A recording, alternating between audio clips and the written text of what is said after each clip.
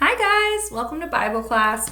Today we are going to read our next story in Easter Love Letters from God, and I hope you guys enjoy it. Today, so that we can read all the stories before spring break, I'm actually going to read 2 stories, so I'm going to read them a little quicker, okay? All right. The Secret Supper. The Secret Supper. From Luke 22:14-20 and John 14:1-6. The disciples were ready for their secret supper with Jesus. Their feet were clean, the table was set, and they were hungry. But Jesus was quiet.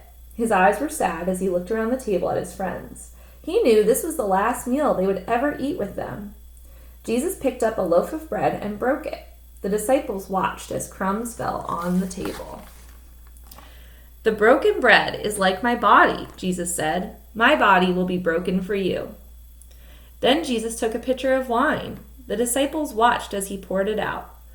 "This wine is like my blood," Jesus said softly. "Whenever you eat bread and whenever you drink wine, remember me." What did Jesus mean? The disciples were confused. It sounded like he was going to leave them. "Don't let your hearts be troubled," Jesus said. "I'm going somewhere wonderful. You can't come with me yet, but one day I will come back and I will take you there. It's a beautiful, happy place with lots of rooms. It's a home that's big enough for everyone, and I'm going to get it ready for you." The disciples were still worried. How would they know how to get to that special place? But Jesus told them. He said, "I am the way. Believe in me, be like me, live like me, love like me, because I am the way to heaven." And then up here it's got the Bible verse, which is just, "I am the way." So Jesus is just telling his disciples, I'm the way to get to heaven. And down here, we've got our letter. Let's see what he has to say. Dear you, close your eyes. I want you to imagine a big, beautiful home with so many rooms you can't count them.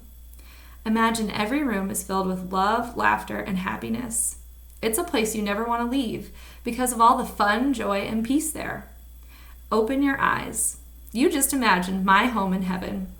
Jesus wants everyone in the whole world to live there with him. And the best part is that my home is not hard to find. All you need to do is believe in Jesus, and he will show you the way home. Love, God. And then we are actually going to read one more story today. All right.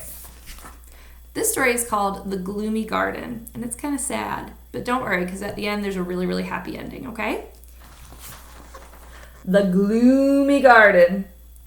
Darkness fell as the disciples followed Jesus into the night. Jesus walked through quiet streets towards the Garden of Gethsemane. He wanted to pray.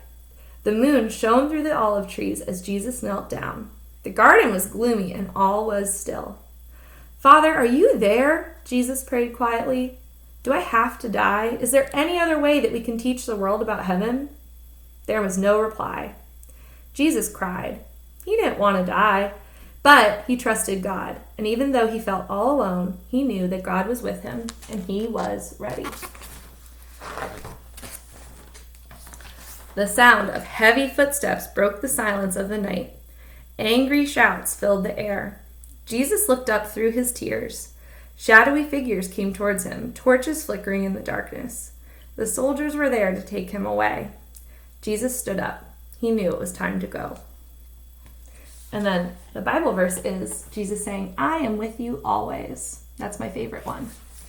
And then the letter says, Dear you.